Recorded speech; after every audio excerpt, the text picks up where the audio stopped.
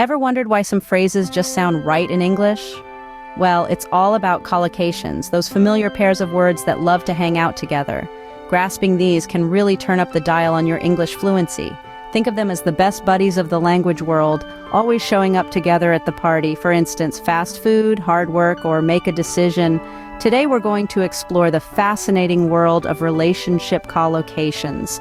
So buckle up, language lovers, as we dive into some interesting collocations related to relationships. Remember your first love? In English, we often refer to this person as a childhood sweetheart or high school college sweetheart.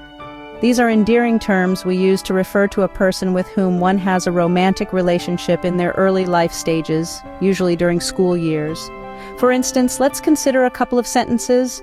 John and Mary were childhood sweethearts. They met when they were only 7 years old. Or, Jane was my high school sweetheart. We were inseparable throughout those years. Notice how these phrases convey a sense of deep connection that was forged during those formative years. A college sweetheart is someone you may have fallen for during your university days.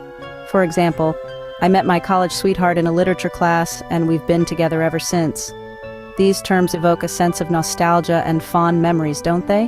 Now, how often have you heard of people meeting through a mutual friend? This phrase, or collocation, as we call it in English, is a common way to describe how two people first came into contact. Here, mutual means shared by two or more parties, and friend, as you may know, refers to someone with whom one has a bond of mutual affection. Let's use this collocation in a sentence. For example, Samantha and Jake met through a mutual friend who thought they would be perfect for each other. Or how about this? It was at a party hosted by a mutual friend that they first crossed paths. This collocation is often used when telling the story of how a couple met. It paints a picture of a shared social circle that brought two individuals together, potentially sparking a romantic connection. So next time you hear about a mutual friend, remember this collocation. When things get serious in a relationship, people often decide to make a commitment. This English collocation refers to the act of pledging oneself to a relationship, promising to stay with a partner through thick and thin. It's about making a vow or a promise to be loyal, to support, and to love someone. Think of it like this. You've been dating someone for a while, and you've decided that they're the person you want to be with, not just for now, but for the long haul. You might say, I've made a commitment to Jane. She's the one for me. Or perhaps, John and I have made a commitment to each other.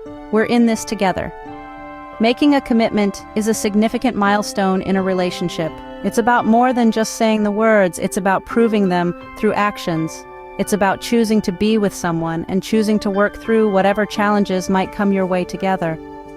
Commitment is a big step, isn't it? And so is our next collocation.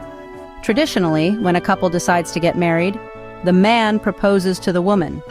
This collocation is a reflection of centuries-old customs, where men were the ones to initiate marriage.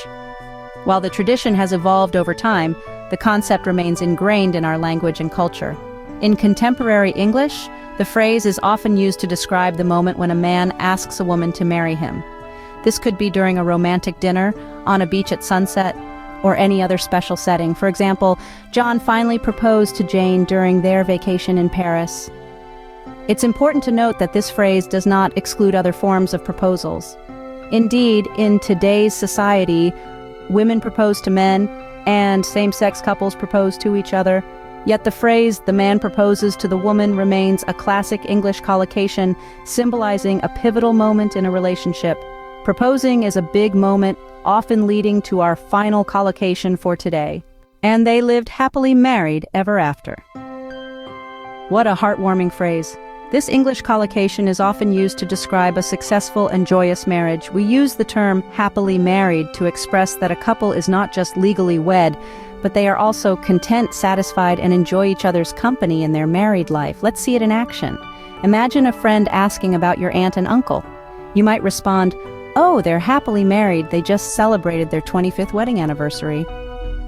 Or perhaps you're watching a movie and a character says, "My parents have been happily married for over 40 years." These sentences illustrate a union filled with love, respect, and happiness. It's crucial to note that being happily married doesn't mean every day is perfect. It means that the good days outweigh the bad, And above all, the couple is committed to their shared happiness. And with that, we conclude today's journey through relationship collocations. Keep practicing and see you in the next video.